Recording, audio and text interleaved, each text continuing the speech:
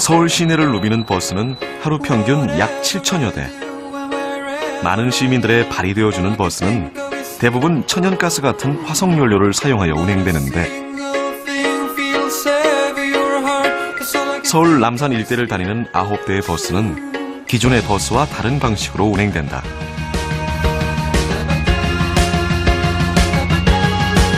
주행을 마치고 충전소를 찾은 버스. 이 버스의 원료는 다름 아닌 전기다. 배터리에 충전을 해가지고 운행을 하는 거죠. 전기 에너지를 동력으로 하여 움직이는 전기버스. 20분 급속 충전으로 약 120km의 거리를 주행할 수 있다는데 이때 핵심이 되는 기술이 바로 전기를 저장하는 배터리다. 배터리 개발의 선두주자로 전기자동차 상용화에 기여한 천창렬 기능 한국인을 만나본다.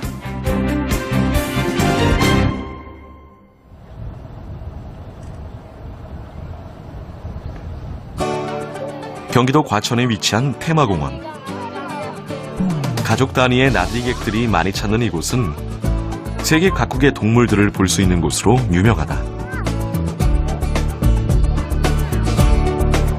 이런 다양한 동물들 못지않게 사람들 사이에서 인기 있는 시설이 있다. 바로 공원 내를 운행하는 코끼리 열차다. 이 열차 역시 전기를 원료로 하여 움직인다. 3년 전 디젤로 운행되는 열차를 전기 열차로 바꾸면서 운영비 또한 줄었단다. 에너지 비용도 크게 절약할 수가 있습니다. 그러니까 디젤이나 휘발유 에너지를 쓰는 내연기관 대비 50% 이상의 에너지 비용을 절감할 수 있기 때문에 친환경적이면서도 경제적인 그런 교통수단이라고 할 수 있겠죠. 이 전기 열차는 운행을 위해 따로 시간을 내어 전기를 충전할 필요도 없다. 도로 바닥에 매설되어 있는 전선을 통해 무선으로 열차 운행에 필요한 전력을 공급받는다고 한다.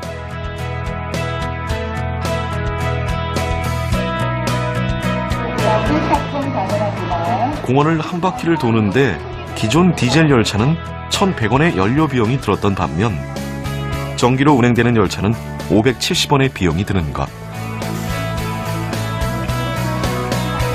공원을 찾는 승객들 또한 전기 열차 운행을 반긴다는데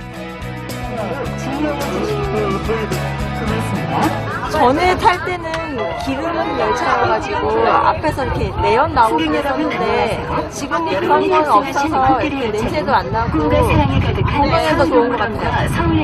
미래의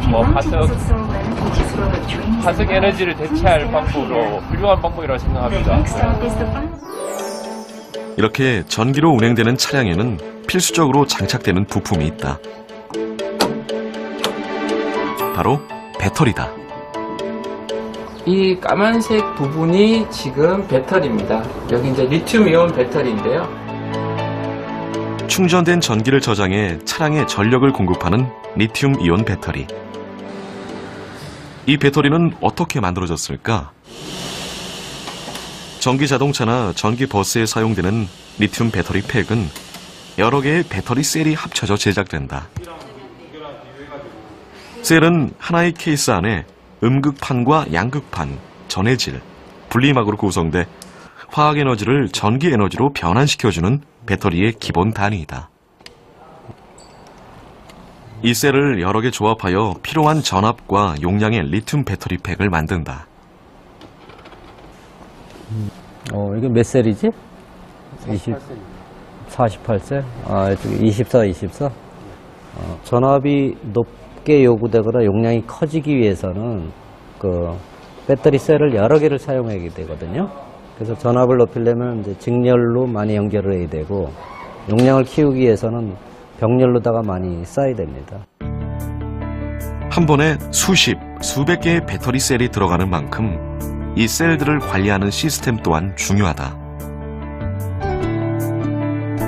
배터리 관리 장치 개발로 리튬 배터리 팩 기술을 한 단계 끌어올린 천창렬 기능 한국인.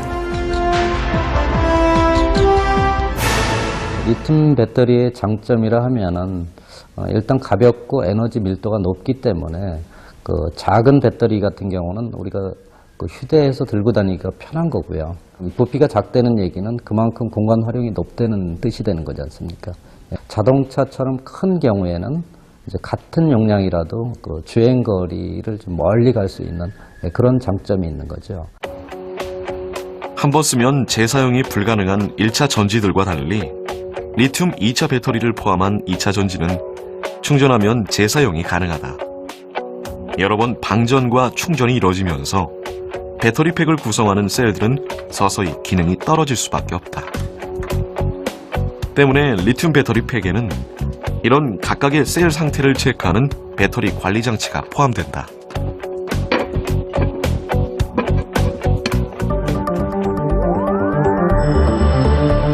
리튬 배터리팩을 구성하는 각각의 셀들은 배터리 관리 시스템에 연결되어 상태를 관리, 고장이나 노화로 인해 배터리 성능이 떨어지는 것을 최대한 줄인다.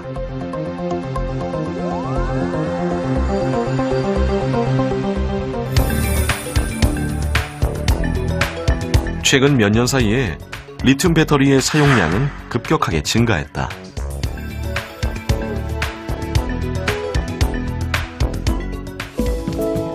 리튬 이온 배터리가 많이 사용되는 이유는 수명이 길고 다른 2차 전지에 비해 크기가 작고 무게도 가볍다는 장점 때문이다. 실제 일반 가정에서 약 6시간 정도 사용할 수 있는 3kW 용량의 납산 전지와 리튬 배터리의 무게를 비교했을 때 납이 주 원료인 납산 전지는 74kg을 기록한 반면 같은 용량의 리튬이온 배터리는 크기도 작을 뿐만 아니라 무게 또한 31kg에 불과 납산 전지에 비해 절반 이상이나 가벼웠다. 이런 리튬 배터리는 방전으로 인한 전력 손실이 적고 500회 이상 충전 사용이 가능하다. 이뿐만이 아니다. 리튬 이온 전지는 이제 그 리튬이라는 가벼운 금속 원소거든요. 이걸로 만들어졌기 때문에 일단 기본적으로 가볍다고 보시면 되는 거고요.